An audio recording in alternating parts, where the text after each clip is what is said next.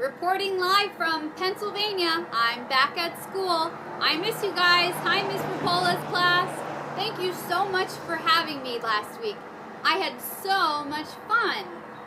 And I'm back at school. I only have 3 more weeks left, so I'm super excited. Almost close to being a registered dietitian.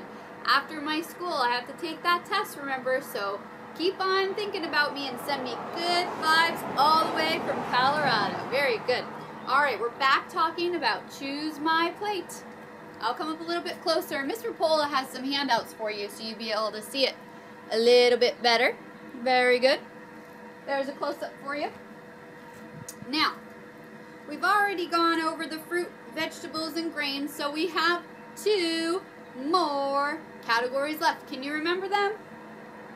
Very good, the dairy and protein.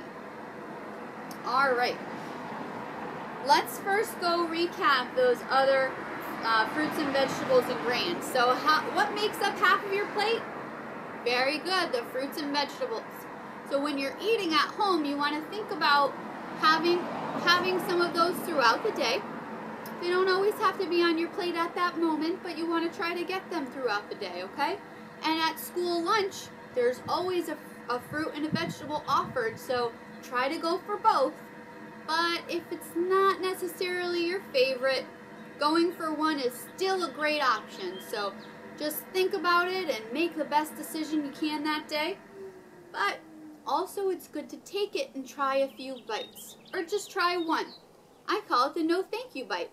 So if you taste it, you don't really like it that time, just say no thank you, and maybe next time you try it again and again. Sometimes it can take up to 15 times for you to decide that if you like a food or not. So just remember that in the back of your mind. Maybe you want to try it again just to see if your taste buds changed. Good. All right, and we also talked about the grains. Grains, we want to make some choices with whole grains, so like whole wheat bread, whole wheat tortillas, whole wheat pasta, those kinds of things. Okay? Now, we're going to talk about the dairy and the protein. Let's see if you can tell me maybe 3 different things that have dairy in them. Something you might drink in the morning or drink it with your lunch that comes in a carton. Good, very good. Milk.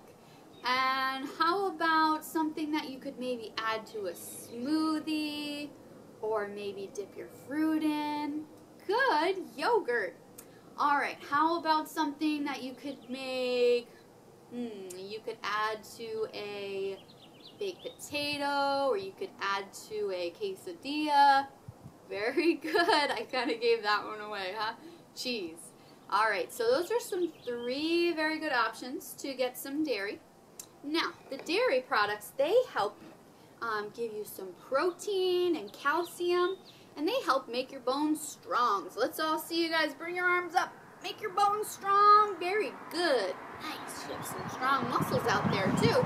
Strong muscles mean strong bones. You know, you gotta exercise to keep that body healthy. Yeah, it's fun. So now, let's see if we can think of anything else. You can press pause and you can talk about it a little bit if you'd like. Good. All right, we are back with the protein group. Protein also now helps make your, not bones strong, but muscles. Very good. You guys are a smart class. You must have a good teacher. All right, so now the protein groups. See if you can name a few protein. I remember you guys had a little hard time with that, so I'll give you a hint. Chicken. Now go, your turn. Very good. All right, so some other protein groups, you can have fish, pork, beef, so things like steak or ground meat. You can have tuna fish. I have some tuna fish here in a can, of course. Let's see. Can we think of anything else? What comes from a chicken?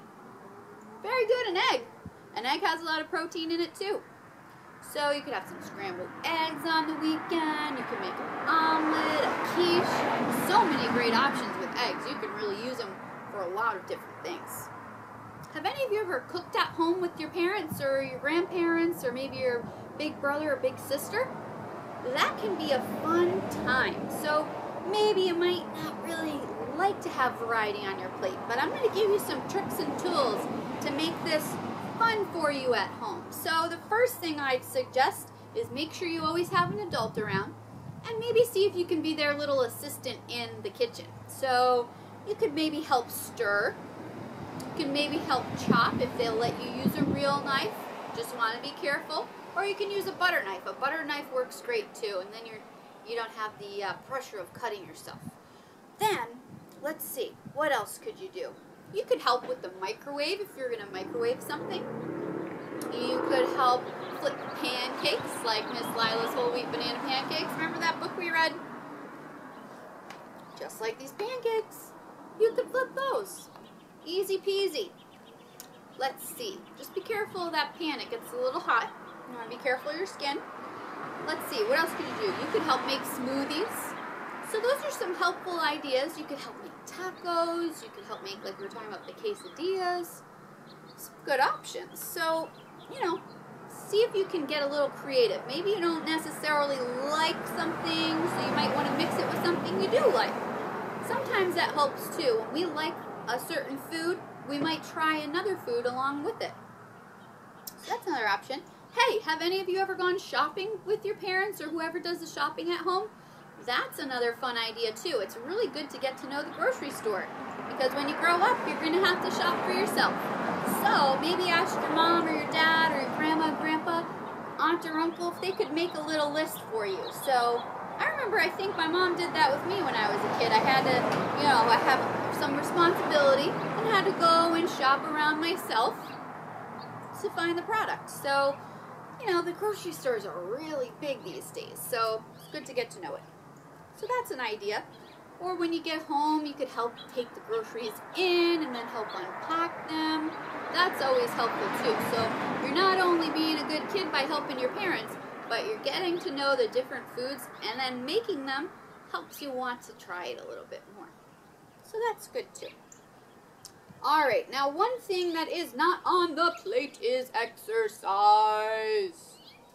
How many of you like to exercise at home? I do! Alright, now let's talk about what we like to do for exercise and why it's important. So, it's important to move your body because when you're eating, you know, taking in some food during the day, you know, you're going to just gain weight if you keep eating and eating and eating. You got to exercise to burn it off. So you can exercise in your chair, you can exercise on the way to school, lots of different things you can do. But, you know, going outside when it's nice out, I know there's a lot of snow in Colorado. You can go outside when it starts to get nice in springtime. You can hear the birds chirping. It's a lot of fun to go outside, play on the playgrounds. You know, make sure it's safe out there.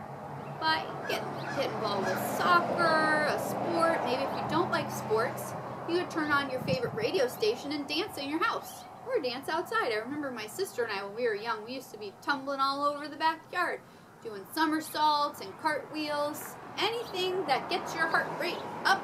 Remember how we did those volcano jumps where we went down into a squat and we jumped up and went psh, breathe in, jump down and up, psh, and then we felt our heartbeat afterwards?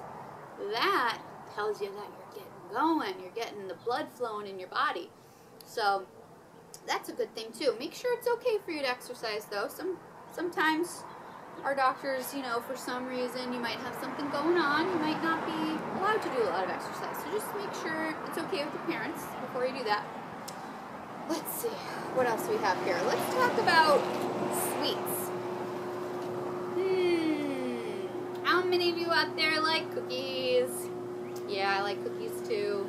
Sometimes around the holidays, you know, like Halloween and Easter, lots of sweets come around. Different holidays like Thanksgiving and Christmas, you know, a lot of pies, goodies. So it's important to just watch how much you eat. Try not to eat too many, and try to make it a sometimes food. So you're not eating it every day, but you're eating it sometimes because, hey, we all need a cookie once in a while. It tastes good. It's okay to have it every once in a while, but if you have like 5 a day, 6 a day, It's a little overboard. So just be careful with that. And remember to get healthy, get moving, and give back. I'll see ya maybe next week. It's Alicia. It's been good talking with you today about nutrition. I will see you soon. Bye, Miss Rapola's class.